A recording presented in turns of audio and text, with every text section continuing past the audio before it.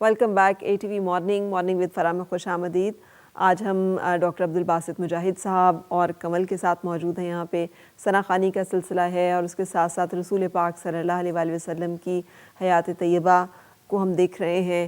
Doctor صاحب اس کے بارے میں بڑی تفصیل سے ہمیں مختلف گوشوں سے آگاہ کر رہے ہیں، اور آج کے پروگرام میں ہم ذکر کر رہے ہیں رسول پاک صلی اللہ علیہ وآلہ وسلم بحیثیت تاجر۔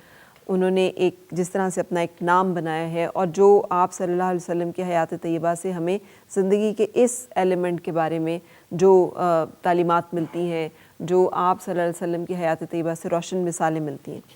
ڈاکٹر صاحب، بریک سے پہلے میں یہ کہہ رہی تھی کہ آج کل ہمارے پاس یہ بھی ایک بڑا بہانہ ہوتا ہے کہ کیا کریں جی، دنیا کاروباری معاملات ہیں، دنیا چلتی ہی اب اسی طرح ہے، اور بڑی مجبوری ہے، ایک بندے کے بدلنے سے کیا ہوتا ہے۔ لیکن آپ صلی اللہ علیہ وسلم، آپ ذکر کر رہے تھے کہ اس دور میں آئے تھے جسے دور جاہلیت کہتے ہیں، یقیناً، اور آپ نے سب کو بدل کے دکھایا۔ جی دیکھیے، ایک جیسے آج کے دور کی ہم بات کریں اور نبی کریم صلی اللہ علیہ وسلم کے اسوہ مبارک سے رہنمائی کی بات کریں، آج دیکھیں کہ آج ہمیں اپنے جو یہاں کی پروڈکٹس ہیں، پاکستان کی پروڈکٹس ہیں، میں کہوں گا کہ چاول کی جو باسمتی کی قسم ہے، اس پر بھی ہمارے ہمسایہ ملک کا کلیم ہے۔ وجہ کیا ہے؟ کیوں جو ہمارے پاس جو سہولت موجود ہے، جو اللہ نے دی ہوئی ہے، اس کو بھی ہم سیل نہیں کر پا رہے۔ یہ سیرت سے ہمیں یہ رہنمائی حاصل کرنے کی ضرورت ہے کہ ہم جو ہمارے انٹرنیشنل کانٹریکٹس ہوتے ہیں، جو ہم ایکسپورٹ کر رہے ہوتے ہیں چیزیں، اس میں ہم سیمپل کچھ اور دیتے ہیں، جی، اور جب مال کا آرڈر ملتا ہے تو اس میں وہ اپ ٹو دا مارک نہیں ہوتا، جس کی وجہ سے وہ برانڈ بھی پاکستان کا جو ہے وہ بین ہوتا ہے، اور جو کمیٹی آف نیشن ہے اس میں بھی جو عزت ہے اس پر حرف آتا ہے۔ حالانکہ ہونا تو یہ چاہیے تھا کہ ہم نبی کریم صلی اللہ علیہ وسلم نے جو ہمیں کاروبار کی ایتھکس بتائی تھی اور خود عمل کر کے دکھایا تھا، اور آپ نے بجا طور پر کہا کہ اس معاشرے میں جس میں ہر طرح کی برائی موجود، جی، جس میں 360 بتوں کی پرستش بھی ہو رہی ہے، ان کی کلیئرٹی اپنے خالق کے حوالے سے نہیں ہے، طاقتور کا جو اصول ہے وہی اصول ہے، کوئی کاروباری اصول نہیں ہے، کوئی بزنس اور دوسری بات یہ کہ وہی چند رؤساء ہوتے تھے جو چیزوں کو طے کرتے تھے کہ کس کی کیا مالیت ہونی ہے اور باقی معاملات کیا ہونے، اس میں آنیسٹی کو، اس میں جو اصل زر ہے وہ کیا ہے اور اس پر منافع کتنا ہونا چاہیے، یہ بہت ریزنیبل ہونا چاہیے، یہ ساری ویلیوز جو ہیں ہمیں نبی کریم صلی اللہ علیہ وآلہ وسلم کی ذات بابرکات سے ملتی ہے۔ اور آج ہم اگر اپنے ارد گرد نظر دوڑائیں تو آپ اور میں جب دیکھتے ہیں کہ کیا کاروبار کی جو دنیا ہے اور اس میں جو ہمارے خطے کے اندر ہے، کیا ہم کسی کاروباری کا اس طرح سے احترام کر پاتے ہیں کہ یہ بہت آنیسٹ ہے، اس نے جو چیز ہمیں دکھائی ہے وہی پہ۔ اور اس میں ایک پہلو جو ہے جس کو میں چاہوں گا کہ اس کی طرف بھی ہمیں متوجہ ہونا چاہیے، جیسے آج کل آن لائن بزنس شروع ہوا ہے، اور آن لائن بزنس اکثر لوگوں کا یہ ایشو ہوتا ہے کہ جو ان کو بتائی جاتی چیز وہ نہیں ہوتی۔ تو یہ اگر ہم یہ سب کچھ بھی کر رہے ہیں، ساتھ میں روزے بھی رکھ رہے ہیں، ہم یہ سب کچھ بھی کر رہے ہیں اور ساتھ میں ہم کہہ رہے ہیں کہ ہم نبی کریم صلی اللہ علیہ وسلم کا میلاد بھی منا رہے ہیں، آپ اور میں اس رطب اللسان بھی ہیں، تو ہمارا جو پریکٹیکلی جو ہم کر رہے ہیں وہ کتنا میچ اور مس میچ کر رہا ہے۔ نبی کریم صلی اللہ علیہ وآلہ وسلم نے ہمیں جو تعلیمات دی اس میں تو یہی ہے کہ پھر اللہ اور اس کے رسول کی اطاعت ہے۔ اطاعت کس چیز کو کہتے ہیں؟ کہ جو حکم دیا جا رہا ہے اس کو کرنا ہے، اس کو فالو کرنا ہے۔ اور نبی کریم صلی اللہ علیہ وسلم کے جو اولین مخاطب تھے وہ اسی لیے تو خود بھی مینارہ نور بنے کہ ایک دفعہ نبی کریم صلی اللہ علیہ وسلم خطبہ ارشاد فرما رہے تھے مسجد کے اندر، اور اس کے دوران آپ نے فرمایا کہ بیٹھ جاؤ۔ اب کچھ لوگ ممکن ہے کہ اس مجلس میں کھڑے ہوں، لیکن ایک صحابی ان کا ایک قدم دروازے سے باہر تھا مسجد نبوی کے اور دوسرا اندر تھا، اور انہوں نے حکم کی اطاعت کیسے کی؟ وہیں پہ بیٹھ گئے۔ حالانکہ یہ تو ہم تو فوراً اپنی کامن سینس استعمال کرنے لگتے ہیں کہ وہ ان لوگوں کو کہا گیا ہے، یعنی ہم دوسروں کو کر رہے ہوتے ہیں، اپنے اوپر نہیں۔ تو وہ تاریخ میں رقم ہو گیا کہ جب حضور نے حکم دیا صلی اللہ علیہ وآلہ وسلم نے تو آپ کے صحابی وہیں پر بیٹھ گئے۔ تو کیا ہمیں جس بات کا، یعنی ان پروگرام کی جو برکت ہے اس سے اگر ہمیں سیرت کے کسی گوشے کا پتہ چل رہا ہے تو کیا ہم اپنے ساتھ یہ کمٹمنٹ کر رہے ہیں کہ ہم اسی طرح سے کریں گے؟ یہی اصل میں تو مطلوب ہے جو رمضان مبارک کو کہا جاتا ہے کہ یہ اصل میں ٹریننگ ہے، یہ اصل میں ریفریشمنٹ ہے اپنے جو بیلیف کی اور ایتھکس کی. اگر وہ ریفلیکٹ کر رہا ہے یا اس میں بہتری آ رہی ہے تو یہی سب سے بڑا لٹمس ٹیسٹ ہے کہ ہم واقعتاً روزے سے، چونکہ احادیث کی روشنی ملتا ہے کہ اللہ جو ہے نا، اللہ کریم کو کسی کا بھوکا اور پیاسا رہنے سے تو کچھ نہیں ہے. اصل بات تو یہ کہ کیا تم نے جھوٹ کو چھوڑا، کیا تم نے دھوکہ بازی کو چھوڑا، کیا تم نے نافرمانی کو چھوڑا. یہ سارے سوال جو ہے نا وہ اس سیرت کے تذکرے میں ساتھ ساتھ اٹھ رہے ہیں اور ہم سب کو یہ موقع مل رہا ہے کہ ہم خود احتسابی کریں. سر ذخیرہ اندوزی کے بارے میں، جی تاجر تھے آپ صلی اللہ علیہ وسلم، آپ نے خود ذکر فرمایا سٹاک نہیں کی چیزیں اور روکا بھی اس کو کہ ذخیرہ اندوزی نہ کی جائے. ذخیرہ اندوزی ہمارے یہاں ایک بہت بڑا پرابلم ہے. کبھی آٹے کا بحران کھڑا ہو جاتا ہے، پتہ چلتا ہے جی چیزیں ادھر سے ادھر نکال دی ہیں، ادھر سے ادھر نکال دی ہیں، بہت سارے لوگوں نے چیزیں سٹاک کر لی ہیں. ملاوٹ کا بہت بڑا ایشو ہے.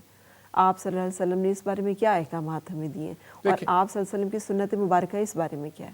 دیکھیں آپ کی یہ تو بہت یعنی ہم سب کو معلوم حدیث مبارکہ ہے کہ من غش فلیس منا، کہ جس نے ملاوٹ کی وہ ہم میں سے نہیں. یعنی آپ دیکھیں اسے گویا دائرہ اسلام سے نکال دیا گیا کہ جو ملاوٹ کرے گا وہ ہم میں سے نہیں ہے. اور یہ جو ذخیرہ اندوزی ہے نا، اس پر تو بہت وعید کہی گئی کہ لوگوں کی کسی چیز کی ضرورت ہے اور اسے روک کے رکھنا.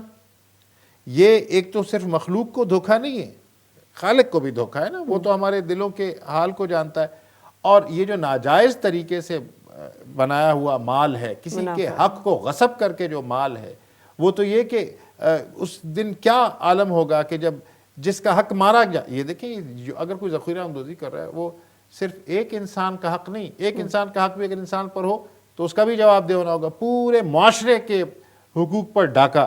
کبھی ہمارے ہاں چینی کا بحران ہے اور یہ رمضان مبارک میں جو چیزیں اتنی بلندی پر چلی گئی ہیں، اس کا مطلب ہے کہ جو سیزن کا فروٹ تھا اس فروٹ کو بھی سٹوریج میں رکھ دیا گیا نا. یہ ذخیرہ اندوزی کی شکل کہ اس میں چونکہ ہر کوئی استعمال کرنا چاہے گا فروٹ، تو وہ کس طرح آپ بازاروں میں جا کے دیکھیے کہ کتنی بڑی تعداد ہمارے معاشرے کی ہے کہ جو صرف حسرت سے یہ روزمرہ کی چیزوں کو دیکھ سکتے ہیں. تو یہ جو لوگ اس میں انوالو ہیں وہ ہر انسان اس میں ذمہ دار ہے جو آواز نہیں اٹھا رہا. اور پھر ظاہر ریاست کی اپنی ذمہ داری ہے، لیکن یہ انسان کے اندر جو ضمیر ہے وہ اس کو ملامت کیا جانا چاہیے کہ وہ ملامت کرے کہ یہ میں کیا کر رہا ہوں اور انسان کی زندگی کیا ہے اور انسان کی صحت کیا ہے. جو لوگوں کے اندر دیکھیں ملاوٹ کی بات کی ابھی پچھلے وقفے سے پہلے آپ نے بات کی، جیسے کھانے پینے کی چیزیں.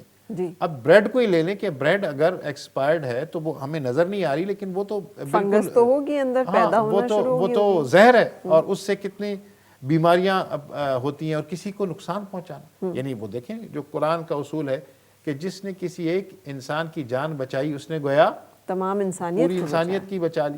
اور کسی ایک کی جان لی تو جان لینا صرف تلوار سے سر قلم کرنے کا نام تو نہیں، کسی کو گولی مار دینے کا نام نہیں. یہ جو سلو پوائزننگ کی شکل میں ملاوٹ بھری چیزیں، اور آپ دیکھ لیں کہ کتنے بڑے بڑے نام ہوتے ہیں، کتنے بڑی بڑی چینز ہوتی ہیں اور اس کے اندر بھی یہ سب کچھ ہو رہا ہوتا ہے. اس کے ساتھ ساتھ ہم اپنے آپ کو نبی کریم صلی اللہ علیہ وآلہ وسلم کے امتی ہونے کا دعویٰ بھی کیے جا رہے ہوتے ہیں. آپ صلی اللہ علیہ وسلم کی ایک اور چھوٹی سی سنت مبارکہ کہ راستے سے تکلیف دہ چیز کو ہٹا دینا، کہ راستہ صاف کر دینا، کہ جو مسافر ہیں انہیں کوئی پریشانی نہ ہو. یہ آپ صلی اللہ علیہ وسلم کا نبوت کی بعثت سے پہلے کا کہ مسافروں کے لیے ایذا نہ ہو، تکلیف نہ ہو، ان کے لیے آسانی ہو. آج آپ جائیں سر تو آپ دیکھیں کہ لوگ فٹ پاتھ کے اوپر جو ہے وہ ریڑیاں لگا لیتے ہیں. یہ چیزیں گزرنے والے لوگوں کو، کاروباری حضرات جو ہیں انہوں نے وہاں پر اپنے بزنس ایکسٹینڈ کیے ہوئے ہیں. گزرنے والے لوگ، جو آنے جانے والے لوگ ہیں عام طرف، اس کے لیے مشکل. یہ جو کچھ معاملات ہیں کہ ہم باؤنڈریز اور لیمیٹیشنز اور قانون اور لوگوں کے دوسروں کے رائٹس ہیں ان کو نہیں خیال رکھتے. آپ صلی اللہ علیہ وسلم کی حیات طیبہ سے ہمیں اس بارے میں بھی تو یقیناً نبی کریم صلی اللہ علیہ وسلم نے، جیسے آپ نے نبوت سے پہلے کا ذکر جو ہے اس میں آپ نے حلف الفضول کو کیوں اپریشیٹ کیا؟ وہ یہی تھا نا کہ لوگوں کو ان کا حق دیا جائے گا، لوگوں کا خیال رکھا جائے گا. جو مکہ کے اندر لوگ آ رہے ہیں ان کے ساتھ کوئی زیادتی نہیں کی جائے گی. تو زیادتی اور جو شریعت کے اندر تو راستے کو ہر چیز پر فوقیت ہے. یعنی آپ دیکھیے کہ اگر راستے میں کوئی خیر کا کام بھی ہو رہا ہے نا تو اس خیر کے کام پر راستے کو فوقیت ہے, چونکہ وہ ایک ایسی جگہ ہے جو سب کے لیے رفاع عامہ کا کام ہے. اور اسی لیے یہ کہ کوئی جو راستے لوگوں کے لیے آسانی پیدا کرتا ہے, لوگوں کے لیے پانی کا انتظام کرتا ہے, اس کو بہترین صدقہ قرار دیا گیا. اور اس کے لیے یہ ہے کہ نبی کریم صلی اللہ علیہ وسلم نے خود آپ دیکھیں کہ آپ کے اجداد میں بھی یہ سہولتیں فراہم کی نا. حضرت ہاشم کا جب ہم ذکر کر رہے تھے تو انہوں نے معاہدات کر کے کہ جو راہداری ہے, آج کل ہم راہداریوں کی بات کر رہے ہیں نا, پاک چائنا راہداری کی بات کر رہے ہیں اور ون روڈ ون بیلٹ کی بات کر رہے ہیں, تو یہ راہداریوں کے ہی معاملہ. راہداریوں کے بنانے کا نبی کریم صلی اللہ علیہ وسلم کے اجداد میں اس کو سہولت فراہم کرنے کی بات کی گئی. نبی کریم صلی اللہ علیہ وآلہ وسلم نے فرمایا کہ راستے سے کوئی کسی بھی رکاوٹ کو, کسی کانٹے کو چن لینا یہ بہت بڑی عبادت ہے, اور آپ خود اس پر عمل فرمایا کرتے تھے. اور آج بھی آپ دیکھیں اسی لیے زندگی مشکل ہوتی جا رہی ہے کہ ہم لوگوں کے حقوق کا خیال نہیں رکھ رہے, تو پھر ہم خود بھی اس سے ڈسٹرب ہوتے ہیں چونکہ ہم معاشرے کا حصہ ہیں. اور بالخصوص آپ دیکھ لیجئے کہ کچھ ایسے اوقات آتے ہیں نا ہمارے سال میں, رمضان المبارک میں چونکہ ڈیمانڈ بہت زیادہ چیزوں کی بڑھ جاتی ہے, تو اس میں تو وہ سارے قانون نافذ کرنے والے ادارے بھی, لوگ بھی اس کو ایک روٹین سمجھ لیتے ہیں کہ اب یہ راستہ بند ہی ہوگا چونکہ لوگوں نے آنا ہے. اور ہمارے اندر ترتیب کیوں نہیں ہے؟ نبی کریم صلی اللہ علیہ وآلہ وسلم کی جو حیات مبارکہ ہے وہ تو بہت منظم ہے. ہم کیوں ایک انبوہ بنے ہوئے ہیں؟ اور ہم دوسروں کو, آپ دیکھ لیجئے کہ غلط گاڑی کو پار کرنا وہ بھی راستے میں رکاوٹ کا سبب بنتا ہے. ایک شخص کسی جگہ پر جو بزنس سینٹرز ہیں وہاں گاڑی غلط پار کے کھڑا کر کے چلا جائے تو روزے داروں کا کتنا وقت اس میں صرف ہو جاتا ہے, اور ان کی دینی کیفیات کیا ہوتی ہے. اصل بات جو نبی کریم صلی اللہ علیہ وسلم کی سیرت مطہرہ سے ہمیں ملتی ہے وہ یہ کہ لوگوں کے لیے آسانیاں بانٹنی چاہیے. اور ایک اور سر, جو آپ صلی اللہ علیہ وآلہ وسلم جس دور میں کاروبار کر رہے ہیں اس وقت یہودی جو ہیں وہ کاروباری طبقہ ہے جو آج بھی پوری دنیا میں ان کا راج ہے. ان کا کاروبار کا ایک اپنا اصول ہے, وہ سود کا لین دین کرتے ہیں, وہ ناجائز منافع خوری کرتے ہیں, وہ جھوٹ بولتے ہیں. آپ صلی اللہ علیہ وآلہ وسلم ایک پیرلل سسٹم لے کر آئے ہیں, ایک پورا فائنینشل پلان ہے اسلام کا. ایک تاجر کے طور پر آپ نے ایک اسٹرگلنگ ینگسٹر کے طور پہ اس کو کر کے امپلیمنٹ کر کے دکھایا ہوا ہے. تو آج جب کہ ہم اسلام کے اس کمپلیٹ فائنینشیل پلان پہ نہیں چلتے اور ہم جیوز کا جو ایک ہے کہ ہم بھی سود, ناجائز منافع خوری, جھوٹ جو ان کے ایلیمنٹ تھے اور انہوں نے وہ پازیٹیو چیزیں جو ہیں وہ اپنا لیں, تو اس کے بارے میں آپ کیا کہیں گے کہ انڈیویجولی جو لوگ چھوٹے دکاندار ہیں یا کسی بھی طرح کی تجارت اور اس کام سے منسلک ہیں تو ان کے لیے کیا ہمیں چیزیں ہیں, گائیڈ لائنس ہیں اس معاملے میں؟ کہ بہت سارے لوگ سود کے معاملے کو بہت آسان سمجھتے ہیں اور اس کے لیے بہت سارے ایکسکیوزز ڈھونڈتے ہیں. اصل بات یہ کہ جن چیزوں کو حرام قرار دیا ہے شرع نے اس کی پھر جو لاجک ہے وہ بھی بتائی ہے. اور جو آج کے سوال ہے نا وہی قرآن کہتا ہے کہ لوگ یہ کہتے ہیں کہ یہ تو دونوں ایک جیسی چیزیں ہیں, کاروبار میں بھی لین دین ہے اور اس میں بھی یعنی سود میں بھی لین دین ہے. تو قرآن کہتا ہے کہ اللہ نے کاروبار میں برکت دی ہے اور سود میں بے برکتی ڈال دی ہے. اور دوسری بات کیا کہ کسی کے اسلام میں جو تصور ہے نا وہ اگر کسی کو ضرورت ہے تو اسے قرض حسنہ دینے کی بات کی گئی. اللہ تعالیٰ بھی کہتا ہے کہ تم مجھے ایک اچھا قرض دو. تو اچھا قرض کیا ہوتا ہے کہ کسی کی ضرورت ہے اور آپ کے پاس مال موجود ہے تو آپ اس کو سہولت دیں. یہاں تک اسلام تو کہتا ہے کہ کسی کو اگر ضرورت تھی اور اس نے آپ سے کچھ ادھار رقم لی ہے اس کو کہا گیا کہ ضرور ادا کرو, اور دوسری طرف کہا گیا کہ اس پر اس کے حالات کو دیکھتے ہوئے اس پر پریشر نہ بلٹ اپ کرو کہ وہ ظاہر ہے ایک شخص جو اپنی آمدنی میں گزارا نہیں کر سکتا, کسی ایمرجنسی میں اسے کوئی ادھار رقم لینی پڑتی ہے تو یہ تو نہیں کہ وہ اس کا پھر سود ہی دیتا رہے گا. اور یہ ایک وہ ہے کہ جو اس پر بلیف نہیں کر رہے اور ایک غلط کام کر رہے ہیں. ہم ساتھ ساتھ یہ بھی کہہ رہے ہیں اور سود کے بارے میں قرآن کا حکم ہے, نبی کریم صلی اللہ علیہ وسلم نے اپنے آخری خطبے میں اس کو ممنوع قرار دے کر خود مثال قائم کی ہے. اس کے باوجود ہم اپنے آپ کو یہ سمجھتے ہیں کہ ہم ایک اسلامی ملک ہیں, اسلامی معاشرہ ہیں, اس میں روزمرہ کے معاملات میں بھی. اور یہ میرا آبزرویشن ہے, آپ کا بھی یقیناً ہوگا کہ جو لوگ نقد کوئی گروسری نہیں لے سکتے وہ ادھار پر لیتے ہیں. پر ان کو کیسے ایکسپلائٹ کیا جاتا ہے کہ اب ایک شخص جو نقد پیسے دے رہا ہے وہ تو اپنی چوائس سے کوئی برانڈ لے سکتا ہے, کوئی اچھا خوردنی چیز کوئی لے سکتا ہے, لیکن جس نے بیچارے نے پیسے مہینے کے بعد دینے اس پر تھوپا جاتا ہے سب اسٹینڈرڈ چیزوں کو کہ بھئی یہی تم نے لینی ہے, چونکہ اب تم یعنی اس کو ڈیگریڈ کیا جاتا ہے. اسلام اس بنیاد پر کہ کس کے پاس کیا دستیاب ہے وسائل اور کیا نہیں ہے اس کی بنیاد پر کوئی تقسیم نہیں کرتا, بلکہ انسان کو یہ بتاتا ہے اسلام کے جو انسان ہے اس کو اللہ نے کرامت دی ہے, مکرم بنایا ہے, تو پھر جو لین دین کے معاملات ہیں اس میں بھی تو دوسرے کی تکریم کا خیال رکھا جائے, اور اگر سارے ایک دوسرے کی تکریم کا خیال کریں گے تو پھر یہ معاشرہ ایک جنت نظیر معاشرہ آج بھی بن سکتا ہے اگر ہم نبی کریم صلی اللہ علیہ وسلم کی سیرت سے جو سبق ملتا ہے اس کو نہ صرف اپنے پلو سے باندھ لیں بلکہ اس پر اسی دن سے عمل کرنا شروع کریں. بالکل بالکل, بہت شکریہ ڈاکٹر صاحب. کچھ درود و سلام کے تحائف پیش کریں گے رسول پاک صلی اللہ علیہ وسلم پر اور بریک کی طرف چلیں گے, بلکہ ہم آپ سے اجازت لیں گے, ہمارے پروگرام جو ہے یہ ایڈٹ لگے گا. بہت شکریہ ڈاکٹر صاحب, تھینک یو ویری مچ. میں چاہوں گی کہ کنول سے ہم درود و سلام جو ہے پیش کریں رسول پاک صلی اللہ علیہ وسلم کی ذات اقدس پر اور آپ سے اجازت لیں. کل انشاءاللہ پھر آپ سے ملاقات ہوگی. اپنا خیال رکھیے گا. اللہ حافظ.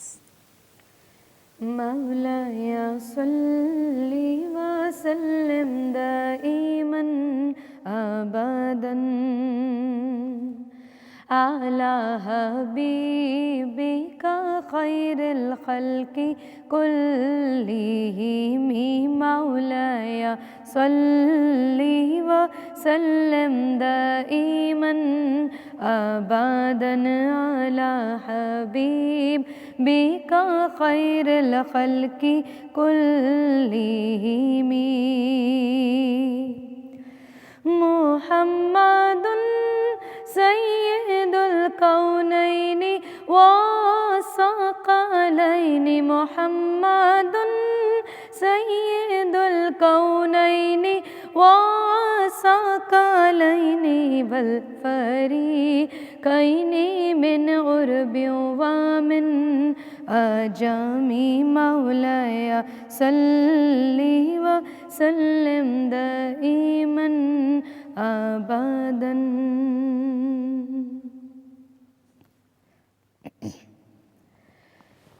برا سب سے ہوں میں اچھے نہیں گن مگر رہتی ہے مجھ کو آپ کی دھن. تیرے قربان جاؤں بات تو سن نسیمہ. جانے بے بتہا گزر کن نسیمہ. جانے بے بتہا گزر کن زہوا لم محمد را خبر کن. تیرا ایوان عالم یا محمد ہے تجھ سے شان عالم یا محمد. تو ہی ہے جان عالم یا محمد. تو ہی سلطان عالم یا محمد. ضروے